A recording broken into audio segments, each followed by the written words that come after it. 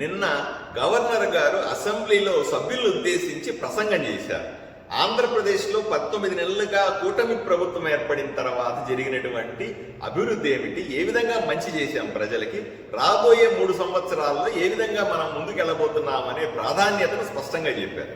ఆయన ఒక విషయాన్ని ప్రత్యేకంగా చెప్పాడు. గత అసెంబ్లీలోనే కూటమి ప్రభుత్వం సుమారుగా 7 శ్వేతపత్రాలు విడుదల చేసింది. శ్వేతపత్రం అంటే ఏమీ లేదు, గత ప్రభుత్వం కానీ జరిగినటువంటి తప్పులు ఇలా జరిగినాయి అని సాక్ష్యాధారాలతో చెప్పడాన్ని శ్వేతపత్రం అంటారు. ఇలాగ 7 చేశారు. మొదటిది ఆర్థిక పరంగా రాష్ట్రాన్ని చితికిపోయేలాగా చేసి అప్పుల పాలు చేసినటువంటి జగన్మోహన్ రెడ్డి ప్రభుత్వం మీద ఒక శ్వేతపత్రము. అలాగే పోలవరం ప్రాజెక్ట్ని ఏ విధంగా సర్వనాశనం చేశారని ఇంకొకటి.